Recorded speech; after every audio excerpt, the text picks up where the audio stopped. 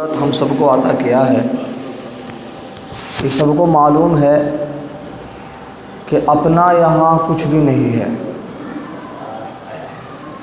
اس لیے کہ ہم جب دنیا میں آئے تھے تو خالی ہاتھ تھے،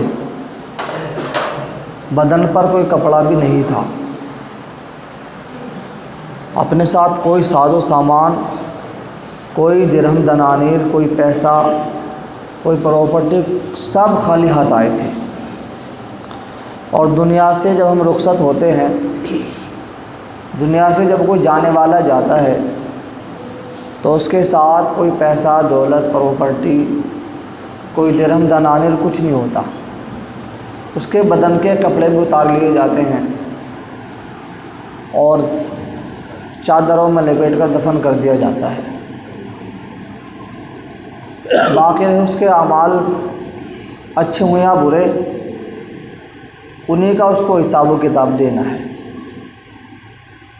لیکن ایک چیز جو اللہ تبارک و تعالیٰ نے قرآن میں بھی بتائی ہے اور حدیث میں کئی جگہ واضح ہوئی ہے کہ صدقہ و خیرات کرنا آدمی کو دوزخ میں داخل ہونے سے بچا لیتا ہے۔ ایک حدیث میں آتا ہے صاف صاف کہ تم صدقے کا اہتمام کرو، چاہے کھجور کی گٹھلی کے ذریعے کیوں نہ ہو، یا یوں کہہ لیجئے کھجور کے چھوٹے چھوٹے ٹکڑوں کے ذریعے کیوں نہ ہو، اس سے بھی اللہ تبارک و تعالیٰ آپ کو دوزخ سے بچا لیں گے۔ میدان قیامت میں جب تمام انسانوں کی اللہ کے دربار میں حاضری ہوگی اور وہاں آدمی نفسا نفسی کے عالم میں پریشان ہوگا، ایک ہی چیز کا زیادہ افسوس ہوگا کہ دنیا میں رہ کر کاش اور کچھ خرچ کر لیتا تو آج کام آ جاتا۔ اس لیے کہ جنت میں جن لوگوں کو بلایا جائے گا، کچھ لوگ وہ ہوں گے جن کو باب الصلاۃ سے بلایا جائے گا، کچھ لوگ وہ ہوں گے جن کو باب الزکوٰۃ سے بلایا جائے گا، کچھ لوگ روزے دار ہوں گے، ان کو دوسرے دروازے سے بلایا جائے گا، یا کچھ حج والے ہوں گے، عمرے والے ہوں گے۔ لیکن جو لوگ صدقہ و خیرات کا اہتمام کرتے ہوں گے تندرستی میں، خوشحالی میں، ہر موقع پر، تو اللہ تبارک و تعالی ہر دروازے سے ان کو بلوائیں گے جنت میں، ہر دروازے سے ان کے لیے پکار ہوگی۔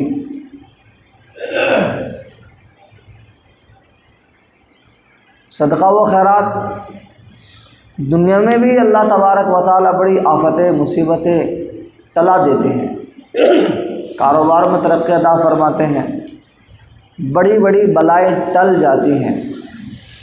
کتابوں میں ایک واقعہ لکھا، ایک بوڑھی اماں کا بیٹا گیا کسی سفر میں اور وہ دن میں دسترخوان بچھا کر کھانا کھا رہی تھی، کھانے کے لیے بیٹھی ہی تھی، دروازے پر کسی نے دستک دی، کوئی سائل مانگنے والا آیا،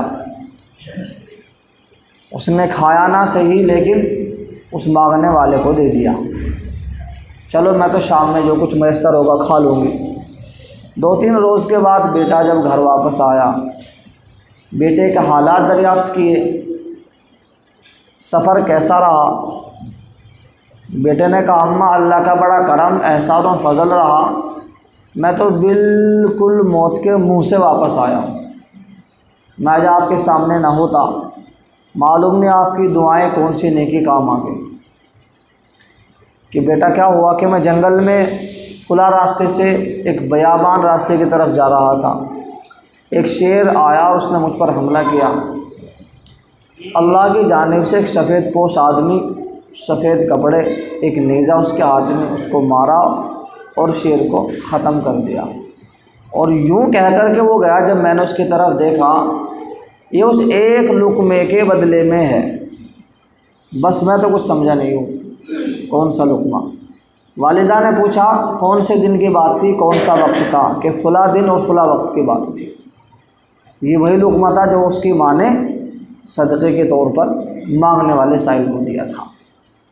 اور یہ ایک نہیں، ایسے ہزاروں واقعات ہیں۔ آدمی صبح سفر کے لیے نکلتا، بائک سے، موٹر سائیکل سے، گاڑی سے یا ہوائی جہاز سے، ٹرین سے، 10 20 100 50 صدقہ کر کے چلنا چاہیے۔ ہو سکے تو گلک بنا لینی چاہیے۔ کتنی بار ہوتا بس بال بچے، بال نہیں بچے، وہ اللہ تبارک و تعالیٰ کو کوئی نیکی پسند ایسی آئی کہ اللہ نے بچا لیا، ورنہ تم کون بچنے والے ہو۔ تو صدقہ بڑی بڑی بلاؤں کو ٹالتا ہے، بڑی بڑی مصیبتوں کو ٹالتا ہے۔ حضرت عیسیٰ علیہ السلام کے دور کی بات ہے۔ عیسیٰ علیہ السلام برگزیدہ نبی گزرے ہیں، تو ان کے دور میں ایک آدمی اتنا بخیل تھا، اتنا کنجوس تھا کہ اس کے بخل کی وجہ سے لوگ اسے ملعون کہتے تھے۔ یعنی ان کے اعتبار سے ملعون کا لفظ بہت سخت تھا کنجوس کے لیے، اگر اس سے سخت ہوتا تو شاید وہ استعمال کرتے، ملعون کہتے تھے۔ ایک مرتبہ ایسا ہوا کہ ایک آدمی کو اللہ کے راستے میں جہاد کے لیے جانا تھا، اور اس کے پاس ہتھیار، تلواریں، کچھ سامان نہیں تھا۔ وہ ملعون کے پاس گیا اور اس سے کہا کہ مجھے کچھ ہتھیار دے دو، میں اللہ کے راستے میں جہاد کروں گا، آپ کو بھی ثواب ملے گا۔ تو ملعون نے منع کر دیا۔ تھوڑی دور وہ واپس چلا ہی تھا، ذہن میں کوئی بات آئی، اس کو بلایا اور ہتھیار دے دیے کہ جاؤ لے جاؤ۔ جب یہ ہتھیار لے کر وہاں سے واپس چلا تو راستے میں حضرت عیسیٰ علیہ السلام سے ملاقات ہوئی۔ ان کے ساتھ اسی وقت کے اس دور کے ایک عابد تھے جو 70 سال سے عبادت میں مشغول تھے، 70 سال سے اللہ کی عبادت کر رہے تھے۔ دونوں سے سلام و مصافحہ ہوا، خیر و عافیت ہوئی۔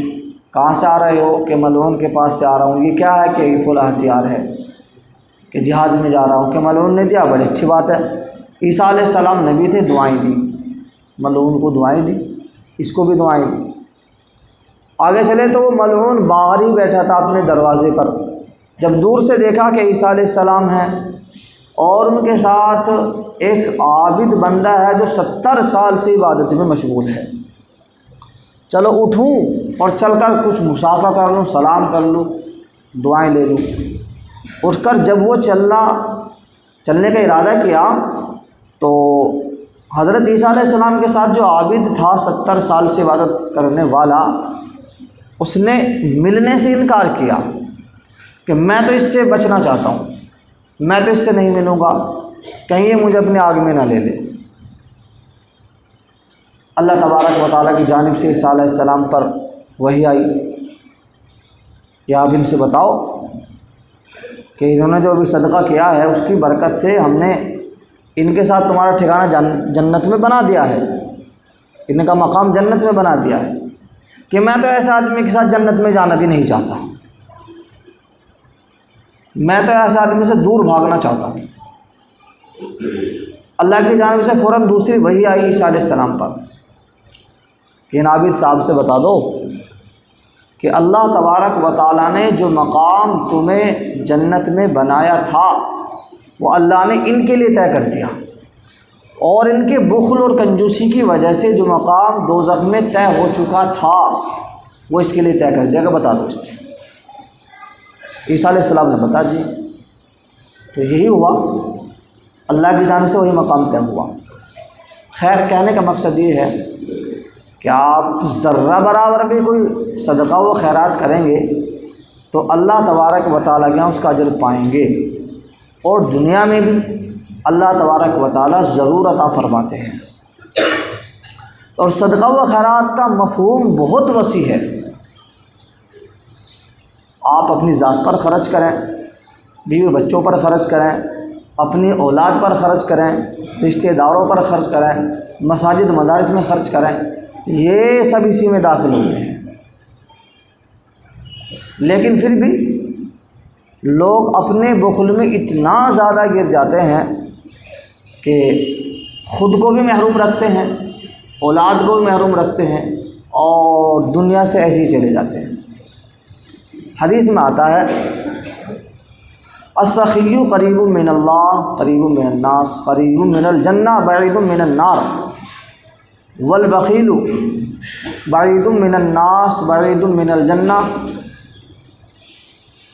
بعید من اللہ اور قریب من النار، کہ سخی آدمی جو اللہ کے راستے میں موقع بموقع خرچ کرتا رہتا ہو، جنت سے بالکل قریب، لوگوں سے قریب، اللہ سے قریب، اور جہنم سے کوسوں دور ہے۔ اور جو آدمی بخیل ہو، کنجوس ہو، خرچ نہ کرتا ہو، تو وہ آدمی جنت سے کوسوں دور، لوگوں سے بھی کوسوں دور، اللہ کی رحمت سے کوسوں دور، اور جہنم کے بالکل کنارے پر وہ کھڑا ہے۔ تو جود و سخا کی صفت کوئی چھوٹی موٹی نہیں ہے، بہت ہی پسندیدہ ہے۔ اللہ سے مانگنی بھی چاہیے اور کوشش بھی کرنی چاہیے۔ میرے آپ کے پاس جو ہے وہ سب اللہ کا دیا ہوا ہے، میرا اپنا ذاتی کچھ ہے ہی نہیں۔ ہم جب دنیا میں آئے تھے خالی ہاتھ آئے تھے، دنیا سے جب جائیں گے تو خالی ہاتھ جائیں گے۔ حدیث میں آتا، حضرت عائشہ رضی اللہ تعالیٰ عنہ کے پاس ایک عورت آئی، اس کی گود میں ایک بچہ تھا، اور ہاتھ کو اس نے آستین میں ایسے چھپائے ہوئے تھا، یا جو دوپٹہ اوڑا اس میں چھپائے ہوئے تھا، اور آ کر حضرت عائشہ کے پاس وہ بیٹھ گئی۔ حضرت عائشہ صدیقہ رضی اللہ تعالیٰ عنہا نے اس سے معلوم کیا، پوچھا بتاؤ تمہارا ہاتھ کیا ہوا، تم نے ہاتھ کو چھپایا ہوا ہے؟ کہ آپ یہ مت پوچھو، یہ نہیں بتا سکتی میں، کہ نہیں بتاؤ۔ منع کیا، بار بار منع کیا، ادھر بار بار اصرار ہوا۔ زیادہ اصرار کرنے پر اس نے بتایا کہ میرے والد صاحب تھے، میری والدہ تھی، اور دونوں دنیا سے رخصت ہو گئے، قضاء الہی جو آئی اللہ کی جانب سے۔ معاملہ کچھ اس طرح تھا کہ والد صاحب کا مزاج دنیا میں خرچ کرنے کا تھا، صدقہ و خیرات کرنے کا خوب مزاج تھا، اور وہ موقع موقع غریبوں پر، یتیموں پر، مسکینوں پر، مدارس میں، مساجد میں جب موقع کا خرچ کرتے رہتے تھے۔ والدہ کا مزاج نہیں تھا کبھی الا ماشاء اللہ والدہ نے کسی کو کوئی چربی کا پرانا ٹکڑا بھی دے دیا ہو، مجھے یاد نہیں پڑتا، میں سوئی ہوئی تھی، میں نے خواب دیکھا کہ میدان قیامت لگا ہوا ہے اور لوگ نفسا نفسی کے عالم میں ہیں، میری والدہ پریشان ہے، ہائے پانی پکار رہی ہے، ہاتھ میں ایک سوکھا سا چربی کا ٹکڑا جس کو وہ چاٹ رہی ہے اور پریشان ہے۔ دوسری جانب والد محترم لوگوں کو پانی پلا رہے ہیں، جو دنیا میں پانی پلاتے تھے، صدقہ و خیرات کرتے تھے۔ میں نے والد صاحب سے جلدی سے پانی لیا اور والدہ کو دے دیا۔ اللہ کی جانب سے ایک آواز آئی کہ جس نے اس کو پانی پلایا اس کا ہاتھ شل ہو جائے۔ میں جب بیدار ہوئی تو میں نے اپنا ہاتھ شل دیکھا۔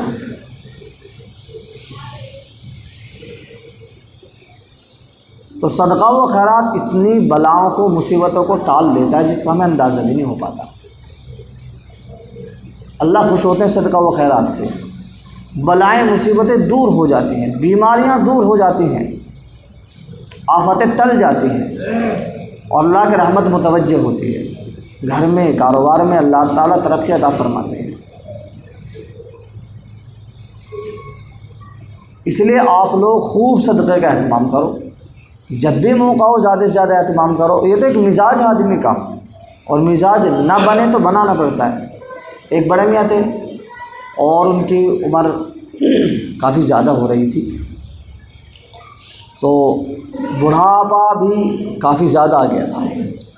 اس وقت کے کسی حکیم طبیب کے پاس وہ پہنچے اور اپنی جو پریشانی تھی، اپنا جو درد تھا، جو بیماری تھی، اس کو بیان کیا۔ طبیب صاحب نے کہا کہ بڑے میاں یہ آپ کے بڑھاپے کی وجہ سے ہے۔ پھر کہا کہ مجھے جو ہے معدے کی بھی پریشانی ہے، معدہ بھی کمزور رہتا، کہ یہ بھی جو ہے آپ کے بڑھاپے کی وجہ سے ہے۔ انہوں نے کہا کہ مجھے دیکھنے میں بھی کم محسوس ہوتا ہے، نظریں بھی کمزور ہو گئی ہیں، کہ یہ بھی آپ کے بڑھاپے کی وجہ سے ہے۔ اور دو چار بیماری گنائی، گھٹنوں کی، درد کی، کمر کی، سر کی، فلاں فلاں، یہ سب آپ کو جو بڑھاپے کی وجہ سے ہے۔ تو غصہ آ گیا اور ایک تماچا مارا طبیب صاحب کو، تم نے تو سارا کا سارا میرے بڑھاپے کو اوپر لا کر ڈال، کہ یہ بھی بڑھاپے کی وجہ سے ہے۔ آپ جو مجھے مار رہے ہیں اور آپ کو جو غصہ آیا، یہ سب بڑھاپے کی وجہ سے ہے۔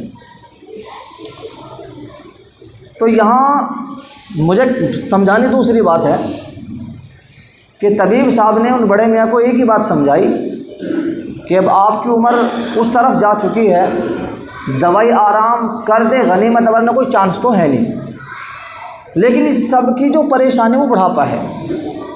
دوسری طرف جو سمجھانے کا مقصد ہے کہ ہماری بہت ساری پریشانیوں کا حل صدقہ و خیرات میں ہے، گھروں کی بیماریوں کا دور ہونا، آفت و پریشانیوں کا ٹلنا۔